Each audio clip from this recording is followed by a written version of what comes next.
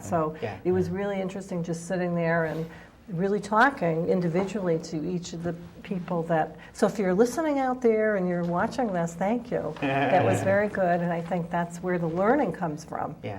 too. Not only healthcare professionals, but the general public. Yeah. Sure. Sure. And by the way, your husband is out in the other room. Yes. We tried to get him to come on the show tonight, but you know, Yeah. we weren't quite successful enough. But maybe another time. Yeah, and I But, can say, see, Ma, I tried to get Gary on to my mother. And that's right. You wanted to say hi to your mother, Hi, Mom. who was watching. Who's in Putnam? Yeah. You can say, hi, Claire. Right, yeah, so. She's a sweet lady, Yeah. very sweet. Yeah. Anyway, we welcome those opportunities. They really are wonderful. I know one of the things that that I've experienced going into different offices, different doctors' offices or healthcare offices, is when generally this has been for people, for offices that are accustomed to dealing with transgender patients, like the skincare specialist that I've seen for facial hair removal has treated a number of transgendered folks in the region. And when you show up and you're not really fully through transition, it's maybe a little obvious. You know, they were very nice about it, and I filled out the form. This was before my name change, so I had a male name and an M moniker and all that. And I'm filling out the forms, and when I actually got into the room with the laser nurse, the first question she asked me after looking at the form was, "Is there a name you'd like me to use while you're here? You know, do you have any nickname that you'd like to go by?" And I just thought it was, you know, the whole question of a nickname kind of thing seems sort of innocuous if it's not meaningful to you, and if it is meaningful to you, it's a great comfort. Oh, okay, yeah. You know, it's like, if I don't know, if your name's Donald, your nickname might be Don, maybe you prefer Don. Right. But right. for a transgender patient, it's an opportunity for us to say, yeah, I'd rather you call me Yeah. Tara. And it's interesting. I know that that a lot of people have had bad experiences with healthcare professionals. I think we're sort of lucky in the area we're in. You know, I can say for myself, I've had really great experiences here, and even with healthcare professionals that have never treated a transgendered person before, and I've had several of those that certainly I've had to sort of explain things on occasion, but most of the healthcare professionals I've encountered in this area have been really wonderful. And I think we're in a kind of a unique area here. This part of the country seems to be very accepting of us, but things like my first mammogram. You know, I had to do a lot of explaining to the woman that did the mammogram was wonderful. How long since your last mammogram? Never. And yeah. she was wonderful. This was over at L&M Hospital. She was absolutely wonderful, and I had to do a little explaining, but absolutely delightful to deal with. My gynecologist. I can say that I am my gynecologist's first transsexual patient. And he was great with it. He's just wonderful. It was a learning experience for him. He's always bringing in somebody new to show. Oh, does it? Well, he teaches, so. Yeah. So you're an opportunity for him to teach. Yes. Yeah. Is there, like I noticed, for instance, Bacchus Hospital did that day for that seminar for nurses. Yeah. And is it, I don't want to phrase this kind of soften this, but is there like a concentrated population of transgendered people in any certain part of the state, and that's the reason why? Or I don't know. I mean, No. I just wonder why some of the bigger hospitals... I think because it's more and more prevalent. I think more people are not hiding. Yeah. More people are seeking out professional health care rather than dealing with things on their own. So I think it's becoming more in the public eye than it used to be. You know, someone who's transgender might have, you know, if someone was male to female, they might have gone into male mode in order to go to the hospital, to try and dress and look male to go to the hospital to avoid any kind of problems. Whereas nowadays, with more people talking about it and a greater public understanding, people are feeling more and more comfortable to go to the hospital as is, and Right. go to your professional's office as is. You know, I think that is a big part of it, but I think another part of it may be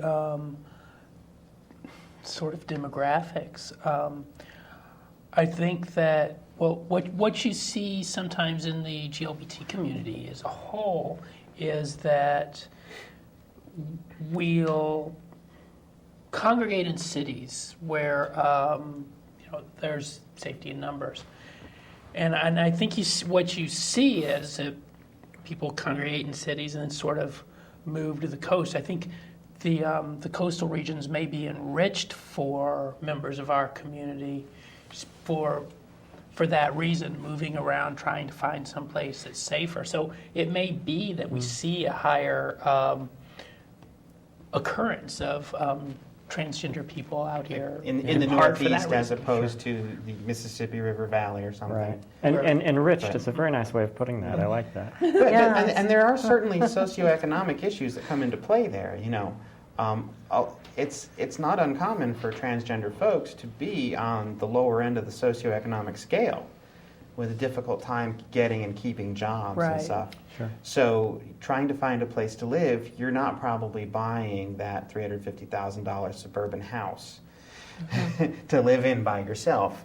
It's not uncommon to have a couple people sharing an apartment or something, or sharing a small house downtown. There are socioeconomic issues that come into play there that along with the safety in numbers, and just generally urban environments tend to be a little more forgiving because you have such a concentration of people. You have to be more forgiving when you're shoulder to shoulder on the street than when your nearest neighbor's a mile away. Right.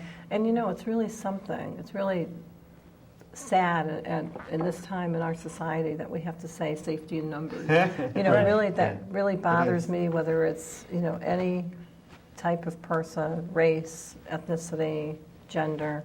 And it's sad really when we have to sit here and say that. Yeah. Safety in numbers.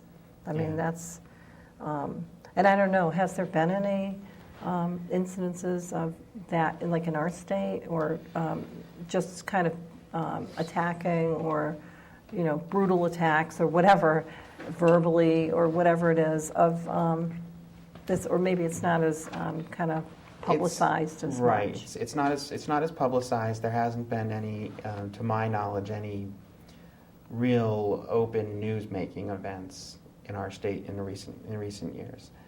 In part, I think, because there's a lot of people in Connecticut and in at least southern New England that are out, that are speaking. Connecticut has several very good speaking bureaus. One of them are the Stonewall Speakers. We're another one that try to be as active as possible to let people know, as Callie said, we're just human. Right. We're just trying to mow our lawn. We're just trying to get groceries. We're not trying to cause you any problems. We're just trying to live our trick lives. people into Yeah. anything. But the implicity, sometimes when someone does it sort of not like right out in the open, but Yeah. Certainly, things yeah. that I heard when I Yeah. went to the Yes, conference, that either it doesn't have to. I'm not focusing on healthcare providers, but Sure. it can be anybody in a store, service industries, anything There that are. will just say, I'm not dealing with you, or Yeah. you know what I mean, and it is the prejudice. Or, No, Yeah. and that's definitely still afraid. around. Right. People being fired because Mm-hmm. they transition, people being catcalled, people having comments made towards them, unfair comments My made. best friend It lost does everything happen. over it. Yeah, we had an incident just recently that I want to say it was not it wasn't a violent incident, but we had a person, Sure. a very close friend, a member of our organization that was basically harassed by a family member, an estranged family member, Yeah. who found out Got outed by this family member's friend. found out that she had transitioned and had a big problem with it, and it was scary. Several days of threatening phone calls. Yeah. And Oh, It was very scary. Yeah. And it nothing came of it, but it was a scary situation, and we were very concerned about that. And that's something you wouldn't expect from your own family, so it's even more unsettling when that happens. Yeah. wouldn't expect it out here. But so it does, yeah, it does happen. Yeah. I think we're in where we are in this part of